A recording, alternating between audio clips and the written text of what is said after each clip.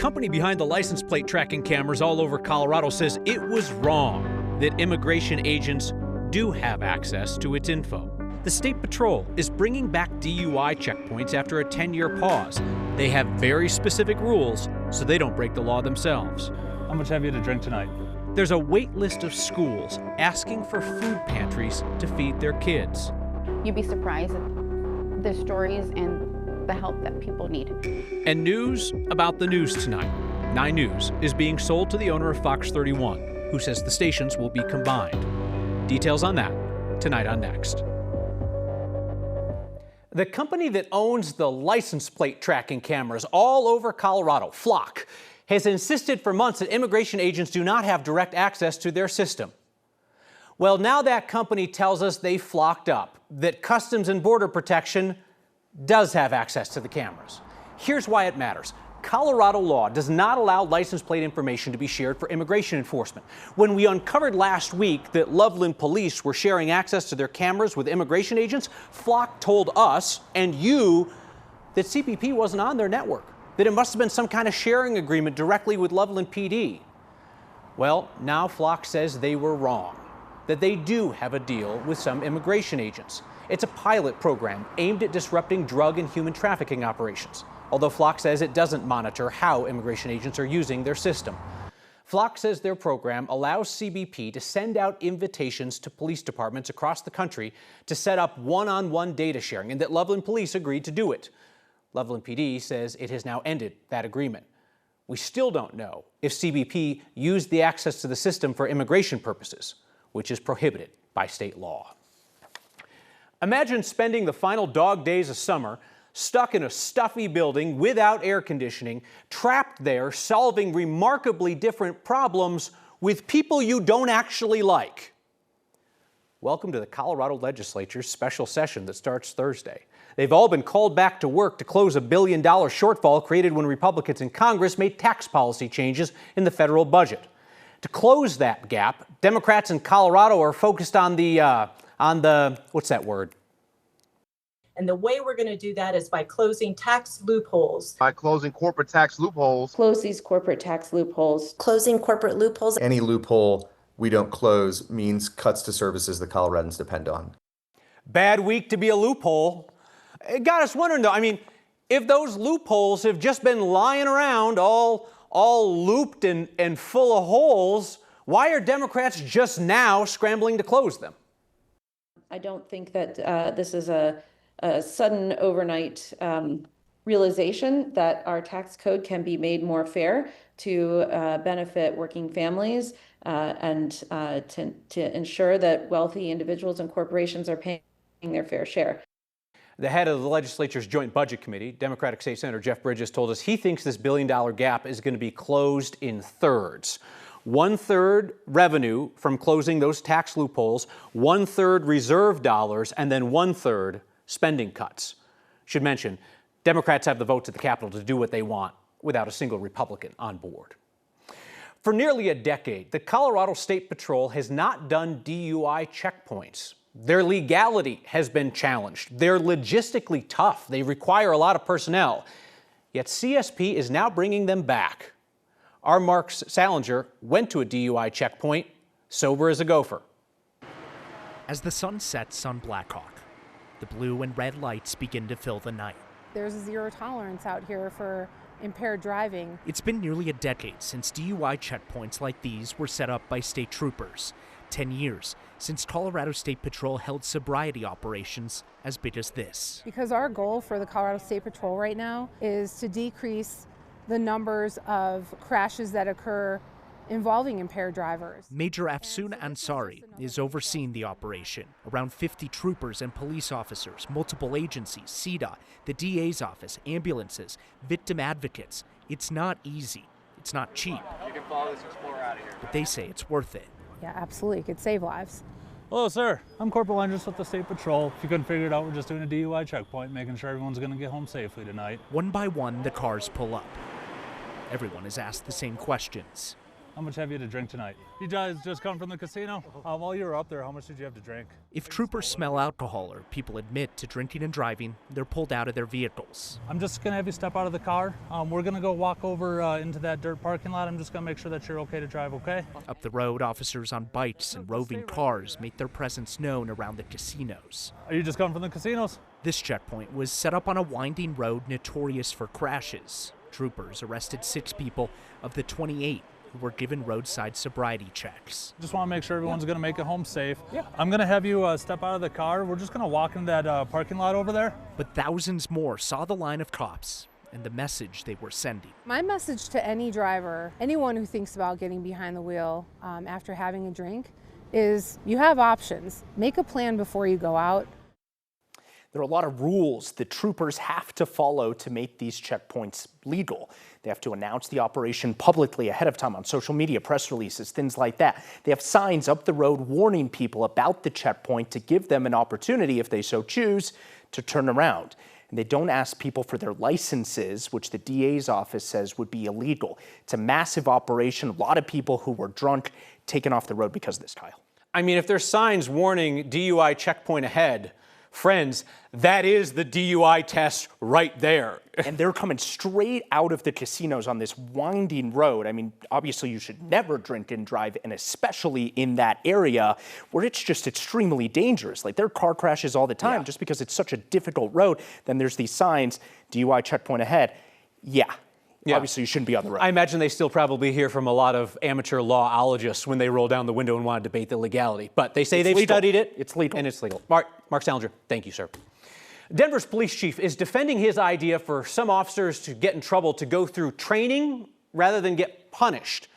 The independent monitor who oversees DPD doesn't like this idea. Chief Ron Thomas tried to sell city council on it this morning. He says that training in lieu of discipline would only be for low-level policy violations. It would not be for misuse of force cases or bias claims or sexual misconduct. The independent monitor says it would let some officers get off easy. There's no timetable on when this will be decided. Denver's director of safety gets the final say.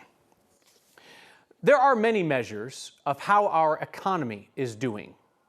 The number of hungry kids is one. For the very first time in Colorado, a nonprofit that puts food pantries inside schools says there is now a wait list of schools asking for help feeding kids and their families. This, of course, at a time when we have seen funding cuts to safety net programs like Medicaid and SNAP. Here's our Angeline McCall. Agarre otro. Son dos. Sí, agarre otro si gusta. Families already have so much to worry about. ¿Crema de cacahuate? Wondering where the next meal will come from shouldn't be one of them. Oh, la verdad que sí. Sí, porque ayuda mucho ahorita la situación, ahorita más que nada porque la situación está muy difícil económicamente. Y esta es una gran ayuda. Mira. Coranda Contreras has been coming here for 2 years. Casi todo lo que uno necesita para hacer, ya aquí lo llevo. Y pues para mí esta es una gran ayuda, la verdad. Tortillas, a ver, ¿qué tiene? This food pantry is set up at Lester Arnold High School with Adams 14. The hope is that a school-based model means one less stop for families. Para mí está bien porque está cerca. Por ejemplo, a mí ahorita, me queda de paso. ¿Por qué? Porque llevé a mis niños a la escuela, dejé a unos, de ahí llevé al otro, y ya nada más esperé un rato y ya me regresé aquí a buscar la comida. She is one of about 100 families who rely on the Food for Hope pantry, set up at school districts around the metro. I mean, especially if you're dropping your student off, being able to walk down the hall to receive a little bit of support and assistance, it's convenient. Reba McIntosh works with the nonprofit that created this program, designed with less barriers. For the first time ever, we have a wait list coming into the school year of schools requesting our services and all of our programs. And that wait list continues to grow. Son de vegetales. Alma Lopez with Adams 14 knows all the families who walk in. You'd be surprised at the stories and the help that people need. It's great when they come over and they're shopping for their food. They also offer hygiene products, clothes, and school supplies alongside the food. It's such a high need, and I don't think everybody realizes, that a little bit of food can put a smile on a lot of these families' faces. ¿Quiere frijoles? When families already have so much to worry about, they can at least know they'll have some groceries to go home with right after school drop-off. Para mí esta ubicación se me hace muy bien. Muchas gracias, Coranda, se lo agradezco. Food for Hope operates 9 food pantries inside schools or in school district buildings, supporting 5 different districts, and through that, about 4,000 people every single month. Kyle. Full disclosure, Next viewers raised about $29,000, $30,000 for Food for Hope about 3 years ago through Word of Thanks. And Angeline, the thought was put the food pantry in the school because that's the one place that families will always go, but maybe not so much anymore. Yeah, I think it's an accessibility, also reducing barriers. Ultimately, they also want to come to families too. Something that they started seeing last year, for instance, was that some families were scared to even come to school, drop off their kids, go to the food pantry because of ICE and the increase in enforcement, so they started doing food boxes. Hasn't been so much lately, but they started doing that last year, so they're just trying to meet families where they are. Angeline McCall, thank you. This station, 9 News, is in the news today. Our parent company, Tegna, is being acquired by Nexstar, the owner of Fox 31 and Channel 2 in Denver. Nexstar is the largest owner of TV stations in America. In announcing the acquisition, Nexstar's chairman and CEO, Perry Sook, said, quote, "The initiatives being pursued by the Trump administration offer local broadcasters the opportunity to expand reach, level the playing field, and compete more effectively with the big tech and legacy big media companies that have unchecked reach and vast financial resources."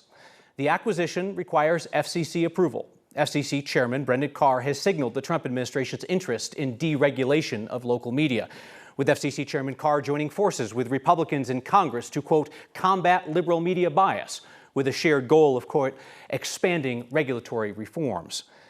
You may have questions about what happens to 9 News and Next specifically, and the timeline. Here's what's been publicly stated. Nexstar's CEO told CNBC this morning that he expects the deal to close in 6 to 9 months. He said that in the cities where Nexstar will end up with multiple stations, like in Denver, that those stations will be, quote unquote, combined. You may remember that Channel 2, Colorado's first TV station, used to have its own newsroom and staff before Channel 2 was rolled into Fox 31's operation in 2008. Nexstar told shareholders today that it expects most of the operating expense reductions to be completed within 12 months of the deal closing.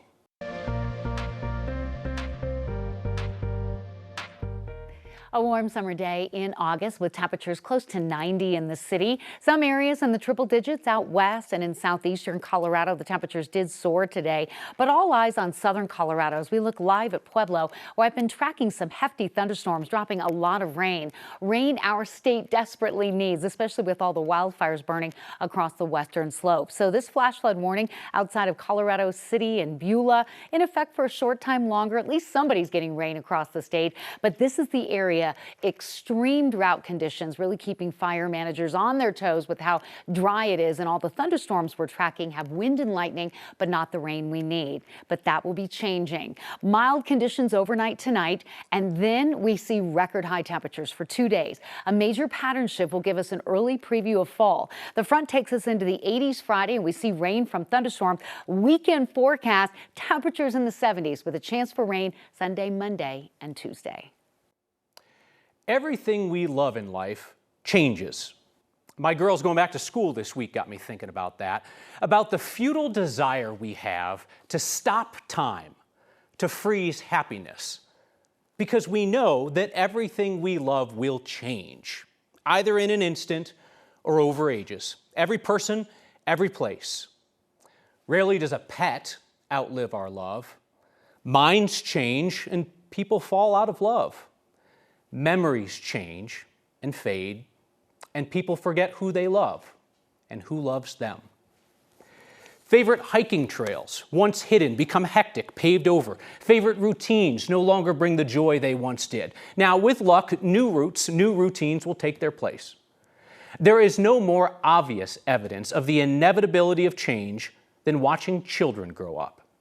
The best advice I ever received about life came disguised as the only parenting advice my mother's ever given me. She said not to get too down in the hard moments because things will change. And she said not to get too attached to the best moments because things will change. Those sleepless nights, they'll pass. Those perfect moments, they'll pass too. There are people who say that they love change, that they live for change. I can't tell if they're brave or bluffing. Watching my girls ride their bikes to the first day of school this week, it occurred to me that change is an invitation to gratitude. Gratitude for what was, for having had it for a time. Gratitude for what is, for it too won't last forever. And maybe even gratitude for what will be, with the hope that something coming our way will be worth looking back upon someday with gratitude, when it too changes. No matter who you ask, they always say the same thing. We like anything you play. And so he plays, often for Coloradans, in the closing days of their lives. That's next. A Coloradan who learned to play violin at 60 has found purpose in playing to the ears of Coloradans even older. Our Byron Reed has that.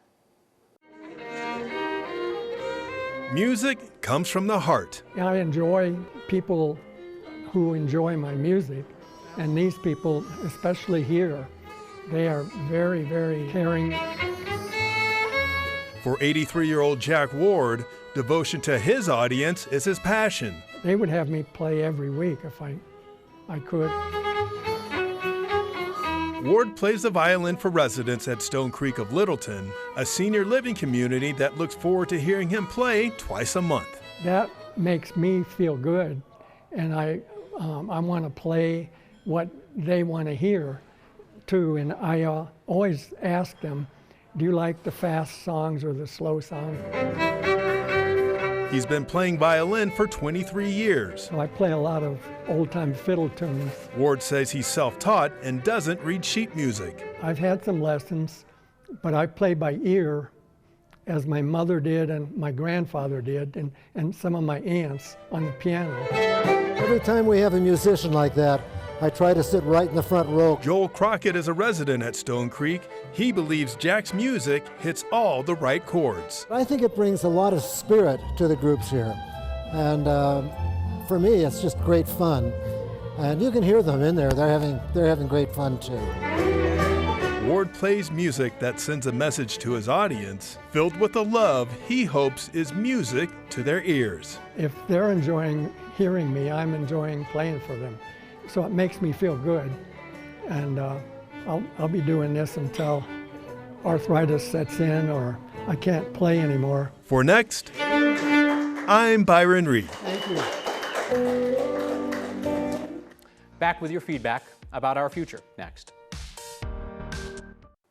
We have heard from a bunch of Next viewers tonight. Mark, Jenny, Royce, David, Lee, Blaine, Marnie, Joy, John, Maz, Seymour, Ted, Jeff, Andy, Maggie, Amy, Julie, Chuck, Jim, Lynette, Paula, Sandra, Carolyn, Kathy. A bunch of folks concerned about the impending sale of 9 News to the company that owns Fox 31. I'm not in a position to answer many of your questions about the future, and I apologize for that. I do want to let you in on what I have told our great Next team. No day doing work that matters, serving our community, is a day wasted. Every one of those days is a chance to hold politicians accountable rather than just repeating what they say, a chance to call out lies and disinformation, a chance to have a conversation about the news rather than talking at you, a chance to escape the litany of tragedy that presents the worst things that happened as the most important things that happened, a chance to work as a community to raise $50,000 a week for nonprofits in Colorado. Every day we can do that is a day well spent. We aim to do that today, and we'll aim to do it again tomorrow. See you next time. We'll be right back.